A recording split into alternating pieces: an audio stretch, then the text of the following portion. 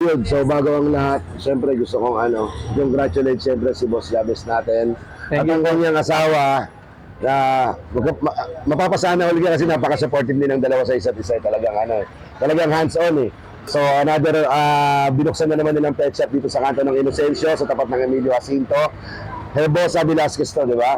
So ang ganda ng pwesto. Madadaanan nyo to, kantong-kanto lang to. Gusto nyo makipag Bully Talks, gusto nyo makipag minsan kayain nyo kami, may tambayan, may space, hindi kayo magmamadaling bumili, hindi kayo makaklamp. Totoo. Diba? So yun, congrats, pang ilang pet shop mo na, Bes? Pang-apat, boss. Pang-apat, ulitin ko po, si Jabez para sa akin, yung example ng tao na nauna munang umilos at nagsikap bago pumorma. Unlike...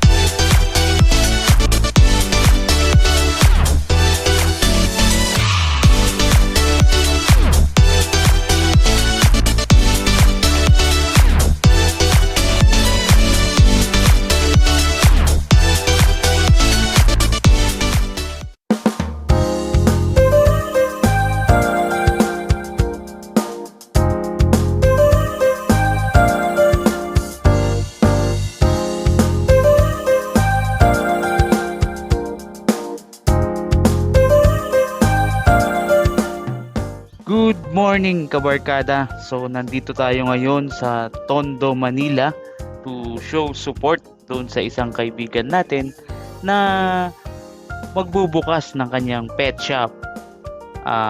Meron din tayo mamayang special guest, Meron tayong balitaktakan nangyari dito. So makikita natin mamaya, So subaybayan natin at makinig tayo at may marami tayong matututunan dito.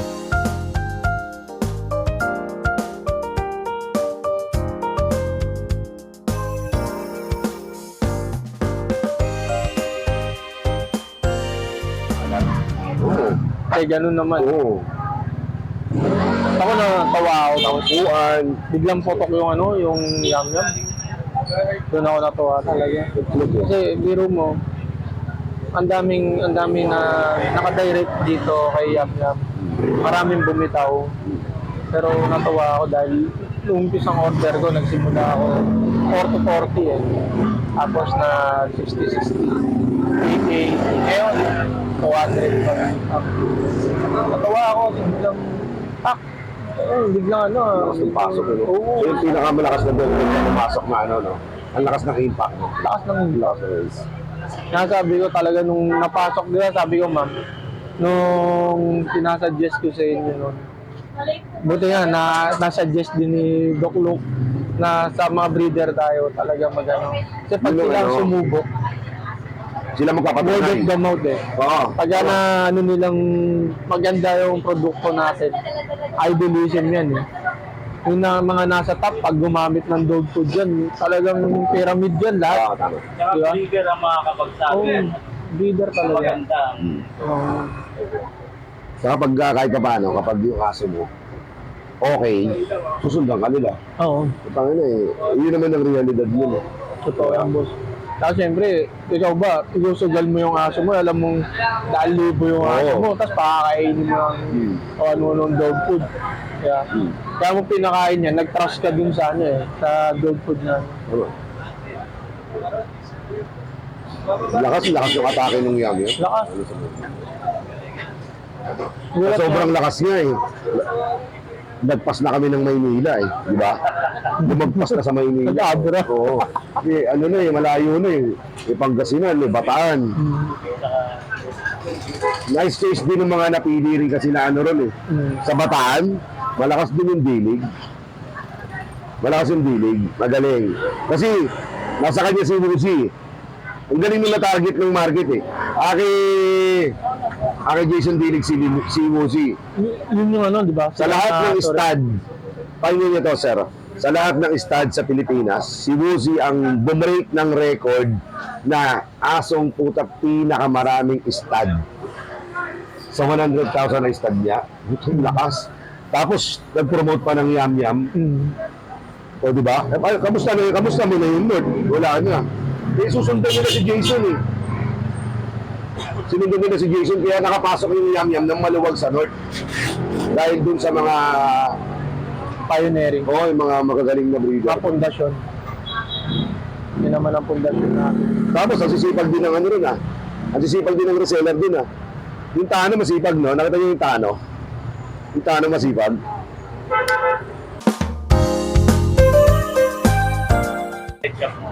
Sa pet shop, Dok, ano po may 7 years na rin. 7 years, No. 2017. Parang 2018 po. Oo. Ano lang, maliit na poultry lang ako nun. Halos wala akong dog food pa nun. Focus ako.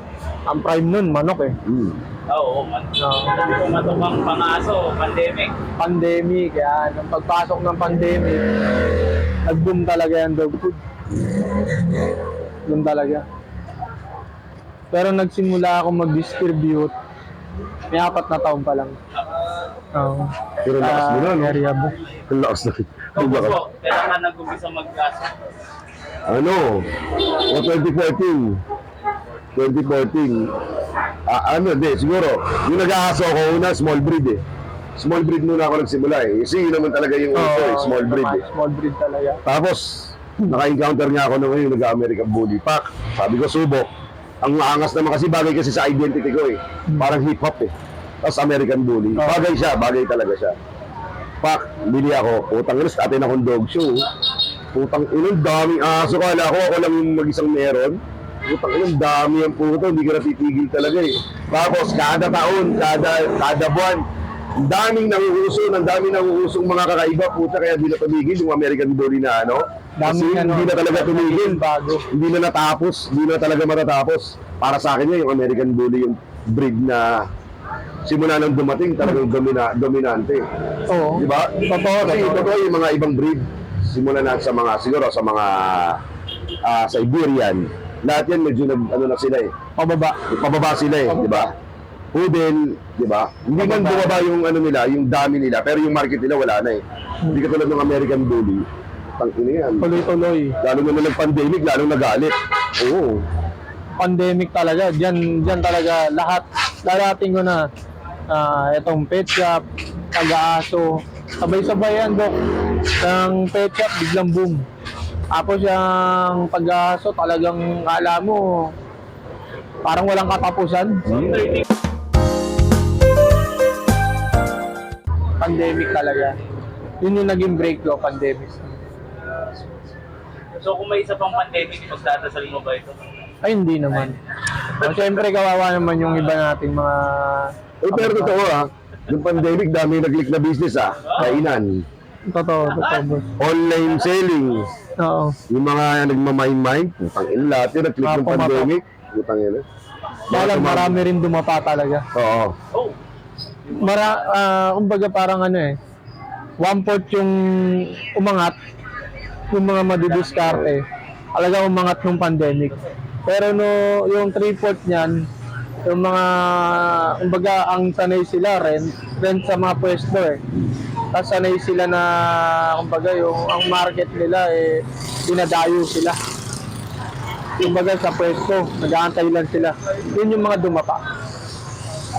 Pero yung sa pagpasok naman ng industry ng pag-aaso at dog food, yan, marami talagang bumulusok pa. Yun yung umatake ng umatake.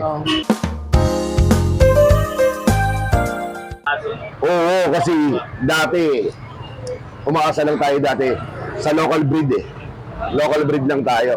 Nung nag-pandemic, pumasok yung mga politiko. Sila yung nagpainit Walang gagawin Di ba? Puta, nagbiliyan. Puta, namakiyaw sa ibang bansa Lalo tuloy uminit kasi dumating yung mga pinapanood lang natin sa YouTube. Puta, pinagbibili ng mga Pinoy. Puta, hindi. Diba? May 18 million nga tayong dito. Imagine mo para sabihin natin na hindi malakas, para bili natin yon. Asapin na yung dito. Ang dami binili yung superstar na aso sa ibang bansa, dinala lahat dito.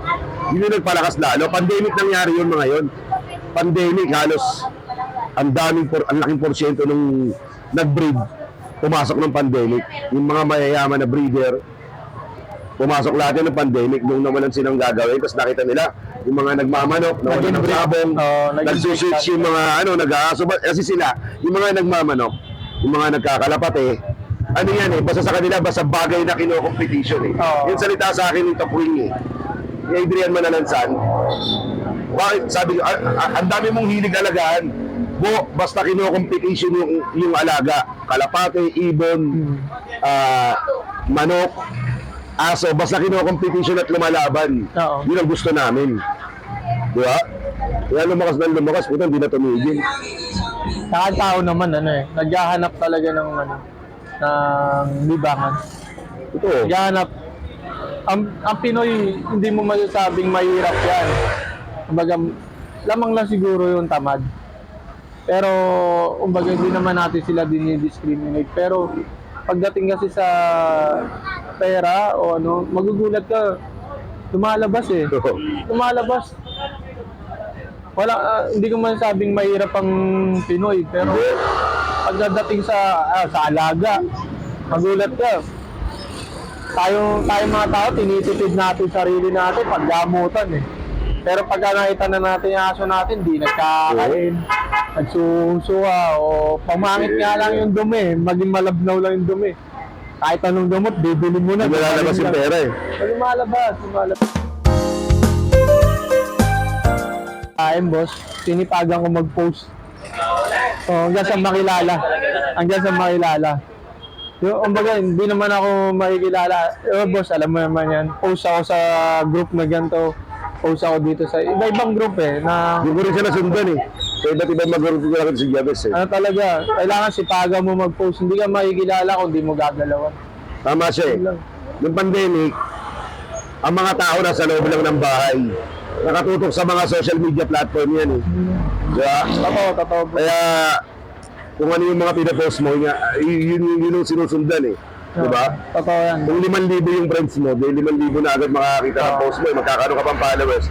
Dati nandun lang naman sila, ilang taon natin ginawa na nakatutok lang tayo Kaya ang dali mag-promote ng pandemic, kaya yung mga nag-promote ng pandemic, mga humaharvest ngayon Totoo Kasi yan. sila yung nag-maintain Diba? So, naging instrumento sa iyo yung Yung pandemic.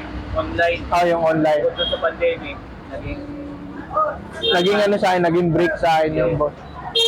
Saka siyempre, yun nga sabi ko, kailangan galawan mo pa rin. Saka number 1, malinis na pangalan. Tiwala Hindi ng ka tao. Hindi ka susi doon. Hanggat di ka nasisira sa tao, tatangkiligin ka niyan. Huwag kang manloloko. Madali lang manloloko ka. Kikita ka lang yun. Kikita ka Ang tanong, hindi mo ba mauubos? Pag naubos mo, sira ka na. Oo. Saka Diba? sa industry, boss, napakaliit lang. Sa isang tao ka lang masira. Lahat na yan. Word of the mouth nga. Ano na yan Sabihin, Pakalat na yan ganyan. Tapos hanggang sa makumpirm dito sa kabila, ganun ka nga. Baga, sira ka na. Kaya, Wala namang pinagkaiba yun sa nagbenta ka ng Malborong fake oo. Mura mo nabili. Binenta mo ng saktong presyo. O di nakinabang ka. O pansinin mo yung buyer mo, paubos ng paubos hanggat wala na. Hanggang wala na. Di ba? Nakinabang ka, saglit. Hindi pang permanente. Saka number 1, siyempre, boss, communication. Yun yung number 1 sa akin. Yung sa customer kasi, ang the best, boss, ikaw yung direktang kumakausap kay client Yung, siyempre, pag, halimbawa, si customer, binato mo lang kay, sa tao mo. Hindi naman sa, siyempre, kumbaga, parang, iba yung yung may-ari ang kumausap sa client mo. Iba yung impact. Yung relationship nyo, kahit na mataas ka ng kaunti, kumbaga, naging magkaibigan na kayo, susuporta Ikaw pa rin kasi tama yun, yung ikaw mismo yung rekta nilang nakakausap. mataas ka lang ng kaunti, susuporta ka na yan. Yun yung tingin ko naging key rin, naging susi sa tagumpay na kailangan lagi ka may communication kay customer. Number 1 yun. Oo, hindi pwede iaasa lang na kanina lang yung pakikipag-usap. Tama siya, importante yun, ikaw mismo haharap. Pag ikaw umaharap, wala, iba pa rin yung dating kay customer.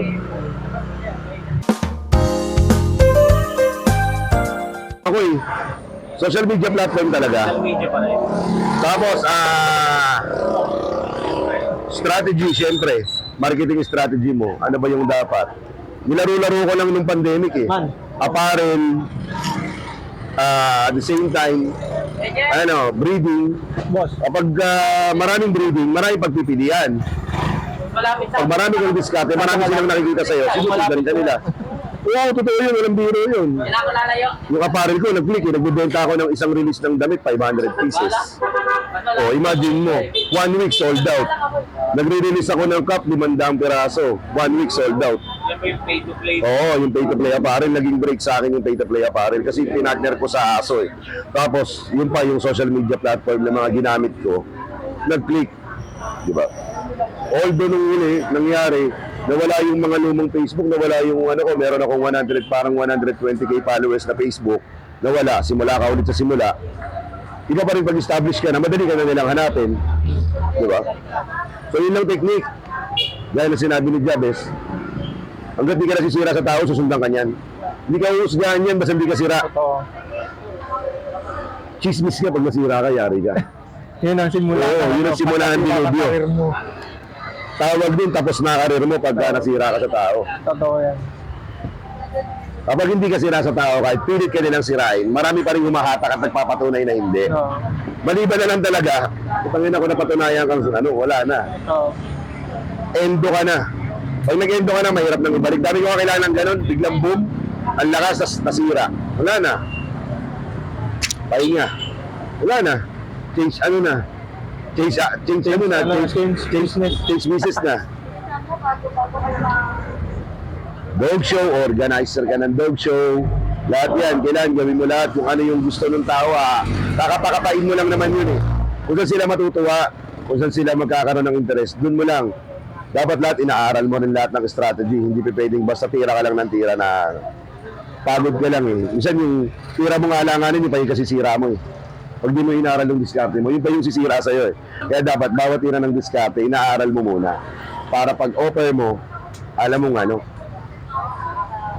Galing ako, bilib ako dito kay Jabez eh. Titignan ko siya eh, totoo siya. Kasi nasabi niya na nakita ko siya, saan ko siya nakita? Hindi ko naman siya nakasalubong sa inuman, hindi ko naman siya nakita sa ano eh. Actually, Nakita ko siya sa nakilala talaga personal ni Boss Wogo. Nakita ko siya sa mga post, talagang active, talagang masipag.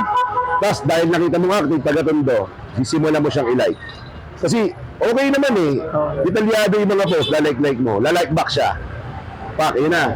Pero sipag, yung pagkagising mo pa lang, nakita mo marami na siyang post. Masipag, lalo na nag-promote siya ng Yam Yam. Ang laking bagay ni Jabez sa Yam Yam kasi sobrang die-hard mag-promote. Promotion at the same time, promotion katapat doon yung kasi breeder siya eh. Kaya talagang may case siyang magpaliwanag, may case siyang magkwento kasi ginamit niya yung product at the same time pinromote niya nung pagkagamit niya. Di ba? Oh. Kasi puta, silbi nung pinromote mo yung product nang di mo naman ginagamit, naglolokohan lang tayo. Likewise naman, boss eh. Kagaya nung pagpasok ni Boss Wowo sa pag-promote ng Yam Yam. Diba, kumukuha na ako ng Yam Yam noon. Nakakapagbenta na. Lalo lumakas yung impact, boss, nung pagpasok ni Boss Wowo. Doon ko naramdaman yung sale nag-boost. Tayo mga kaibigan natin, mga breeder na nagpo-post din ng product natin. Talagang doon ko naramdaman yung natin, yung product natin, talagang lumakas. Tapos yung yung pagkakagawa ng Kedel Kabarkada program, No. nag-unite yung eh. Ang talino nung gumawa ng Kedel Kabarkada program na yun. Galing. Hindi kasi tingnan mo, napag-unite mo eh. Nakita mo kumbaga sa mapa, grupo-grupo yan. Nakikita mo na kung saan iniilaw kung nasan sila eh. Tanaw mo na yun, i-strategy, galing nun, Kedel Kabarkada program na yun. Yun ako na doon ako talaga na nagka-interest na sa galing ng Kedel Kabarkada program. Napag-unite lahat. Kaya yung salitang Kapag-unite, boss, no? Yung mga magkakaibang grupo. galing. Mahirap din kasi siyempre yan, hindi naman di ba? Baga yung ibang grupo may iringan sa ibang member eh. Mahirap mag-collab na mga grupo-grupo. Kaya malaking impact din yun sa industry kasi ano nangyayari, kulungan pa. Yun lang. Sa akin, boss, masasabi ko, solid talaga suporta. Yun talaga. Kung paano ko siya i-market, tinutumba siya naman ng Yam Yam yung suporta na binibigay sa akin, solid. Wala akong masasabi. Sa aso ko naman, subok ko rin naman si Yam Yam. Kahit nyo naman kung paano lumapad yung mga aso ko. Kaya wala akong doubt na ibig ako sa mga customer natin na kumbaga, Yam Yam maganda kasi talagang makikita mo nagresulta sa aso mo eh. Kaya hindi ka mapapahiya. Yun naman kasi talaga dapat. Hindi naman ang ano. Kung subukan mo muna, hindi ka pwedeng turo ng turo, hindi ka pwedeng benta ng benta. Ito, yari tayo dyan. Masisira, bukod sa masisira yung negosyo ko, masisira rin yung pangalan kong binibuild. Oo, kasi yung paggamit nila ng yam-yam, tapos ikaw ang nag-introduce sa kanila, ang binigay nila sa iyo, buong tiwala eh. Buong tiwala. Bahala ka na, naniniwala ako sa iyo. Gagamitin ko to. Nakita naman natin, imbis na pabawas yung gumagamit, simula nung nag-share tayo ng yam-yam, padami. Padami. Kaya ngayon sinasabi nilang naka-yam-yam na ba lahat? Wala na nga ako maisagot kasi feeling ko naka-yam-yam na lahat eh. Ito, yung dialogue na yun, sino ba nagpasibo, naka-yam-yam na bang lahat? Buhay. Dito naka-yam-yam na nga lahat. Buhay. Pares niyan, itong bagong pet shop ni Jabez, nakita naman natin. Meron nang lumalapit. Kung sana silang bumibili, hindi naman kami nagpunta dito Oo. para mag-promote na eh. Dito kami para sumuporta eh. Pero kung sana silang bumibili, di ba? Kung sana silang bumibili, bakit? Alam na nila eh, na-introduce na yung product, ang dami nang sumubok, dami na nagpatunay eh. Hindi naman napatunayan, bakit naman nila susundan? Di ba? Kasi ang hirap ka rin kasi, ang hirap mag-switch eh. Alam niyo ba yun? Sa buhay ng breeder, ang hirap mag-switch Ang ng hirap. dog food. Kung nananahimik ka na, tapos mag-switch ka pa ng alam mong mas maganda, kailangan aralin mo kasi hindi lahat mahihiyang eh.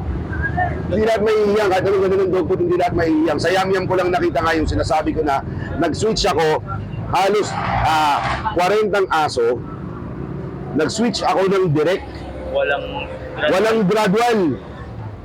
Pagdating ng yam-yam pack, ito na bigay nyo. Ito, walang tumama eh, walang ano eh. Ang ganda sa coat, ito punta kayo sa kennel ko, pag may nakita kayo may sirang coat sa kennel ko, sa inyo na yung aso. Yeah, wala talagang may sirang coat. Ngayon, depende pa naman din yan eh. Hindi naman sinabi ni Yam-Yam na gamitin mo lang ako as Yam-Yam eh. Choice mo pa rin. Kung gaano ka gusto mong kunyari, binigyan ka na ni Yam-Yam nito, ito yung product namin, ito yung nabibigay ko sa aso mo, nakulangan ka. Maganda lang kay Yam-Yam, kahit haluan mo ng karne. Ito, mag-mix ka, sodas, Yam-Yam, hindi pa rin tatama. Nabiblend ni Yam-Yam eh. Hindi ka tulad ng ibang dog food kasi pag dog food na to, sabay sinabayan mo ng raw. Kakaroon ng effect. Wala na, bukol-bukol na balayibo. Wala na. Si Yam-Yam, hiyang. Kahit anong ihalo mo, Yam-Yam, against all na payahalo mo, sabayan mo ng supplement, sabayan mo lahat. Hindi ka tama. Kontrolado na ni Yam-Yam eh. Saka boss reality talaga ang bully.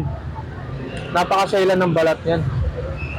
Isang beses lang na nagkamali ka ng switch ng dog food yan. Makikita mo, bukol-bukol na. Promise. Nasa jeans nila yan. Masailan sila, hindi biro American Bull. Yung sa akin yung mga friends ko, sa akin personal, nag-switch ako ng Yam-Yam. Wala. Maayos naman lahat ng code. Wala nga tatama, nagulat nga rin ako eh. First time yung ginawa sa 10 taon kong pabibreed, first time yung ginawa yung nag-switch ako. Walang biro. Swear to God, nag-switch ako ng walang gradual shifting. Dati pag nag-switch ako, 10 kilo na ito, 10 kilo na ito mix. Ito hindi, diretso. Diretso. Wala nang sabi-sabi. Wala nang Punta pa rin, dito na sabi-sabi. ipakain, mamaya tati, ito na pakain. Puta, inobserba ko. Siguro yung 2 linggo pag-obserba ko, masasabi ko na talagang di ako nagkamali ng pag-switch. Dumali pa nga linis ng kennel eh. Oo, Pag wala nakatingin na, madadampot ko na lang yung ibok. madadampot mo ng buo. Isipa ako na lang eh. Galing din. Ang galing din nung pagkakagawa. Hindi ka tulad ng ibang dog food. Pag unang switch mo, puro rot, nagkakalat talaga sa sa poop tray. Makikita mo talagang kalat. Ako, nung Kabalat. switch ako, boss, talagang nakita ko, madadampot mo talaga yung yung poop. Kaya doon mo rin na-absorb ng katawan ng aso eh. Tama. Kasi yung poop niya, konti, hindi naman ganun Hindi ganun kadami. Kaya kaya hindi tayo ng tayo.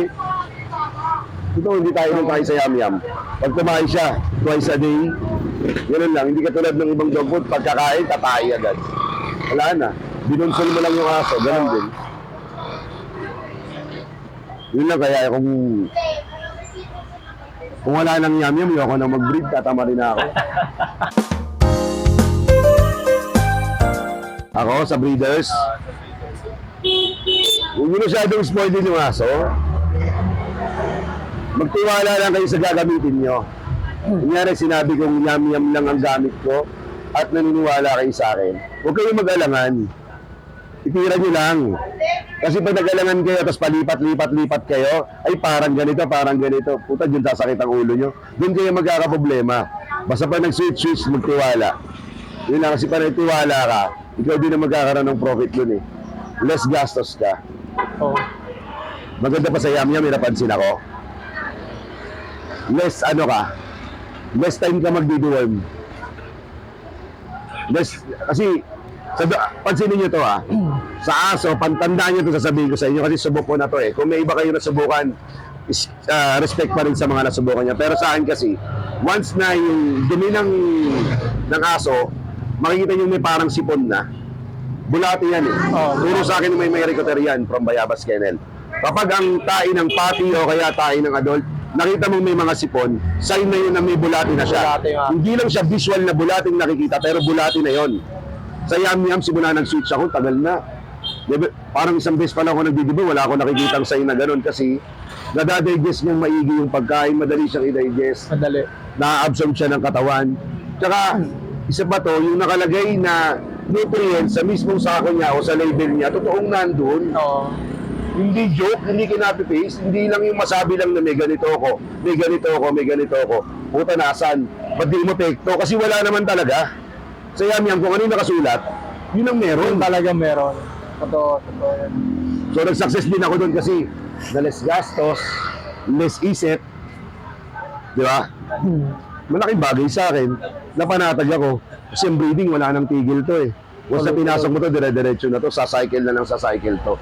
Ang hinahanap mo na lang sa breeding is peace of mind na matatahimik ka sa pirmi yung ginagamit mo, saka sa pirmi yung mga binibreed mo. Yun lang yun. Ikaw, Bes. Share mo sa akin tapos yung gaya natin si Gabes, napakasipag at hindi mag-share siya ng ano niya.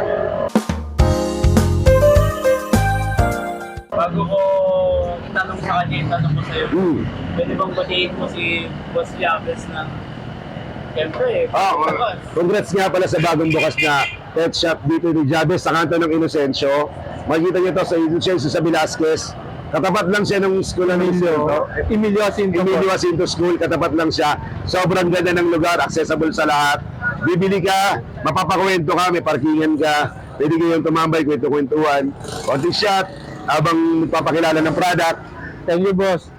Pasyalan dito sa Inocencio. Promise, ang gandang lugar, ang ganda ng ambience, lahat ng kantos, nagsalubong-salubong lahat dito, tsaka buhay yung lugar, masaya. Dun sa nauna muna yung forma, wala nang pagkilos. Siya yung para sa akin, isa sa sample ng pwede mo talagang sundan. Kasi simula noon, up to this time, makita natin na talagang walang tigil sa paggalaw, tsaka pumapalag din talaga sa business. Congrats kay Jabez. Thank you, boss. Salamat. Eh, boss naman, ano naman ang payo mo sa mga kapwa poultry supply owners na tulad mo? Ayun, boss. Sa akin, siyempre, number one talaga na ilusan natin talaga. Kasi hindi naman magsasucess ang negosyo kung hindi natin gagalawan. Yun lang naman ang ano sa akin eh. Kumbaga, yun na, ang ano sa akin, sa amin mag-asawa, nagsusuportahan kami sa lahat ng bagay. Yun lang ano talaga. Kasi kung hindi ako susuportahan ng asawa ko, hindi ko rin naman may implement tong ano, tong negosyo na to. Kumbaga, hindi ko naman kayang dalawan mag-isa yan. Dahil una-una po, siyempre, isa lang naman katawan natin eh. Kumbaga, inventory. Mag-inventory ka rin eh. Diba? Yung pag-resibo, pag-i-entertain ng customer, talagang kailangan may ka-partner ka na kikilos dyan. So ngayon, siyempre alagaan din natin yung pangalan natin sa industry. Yun naman. Kasi kumbaga pag nasira tayo dyan, isang tao lang ang masira ka. Lahat na yan. Baga, word of the mouth yan, boss. Yun naman ang ano ko. Huling tanong sa inyong dalawa, boss. Sabay kayong sumagot. Meron akong tanong. Kung babae ano kami, hindi Okay. Yun ang asim, bawal yun. Umalasin tayo doon. Ang tanong, ano ang choice ng barkada ng Jake Yum. Pets and Poultry Supply? Yum dog food. Number 1. Wala kayong pupublimahin, lista nyo na, yum dog Yum food. Yum Sinabi dog ko food. yum. Kaya pag tinanong ulit namin kung naka-yum na ba lahat, kayo na rin ang sasagot niyan kasi alam ko naka-yum na rin kayo. Yum dog food, number 1. Yum dog food kami. Kat,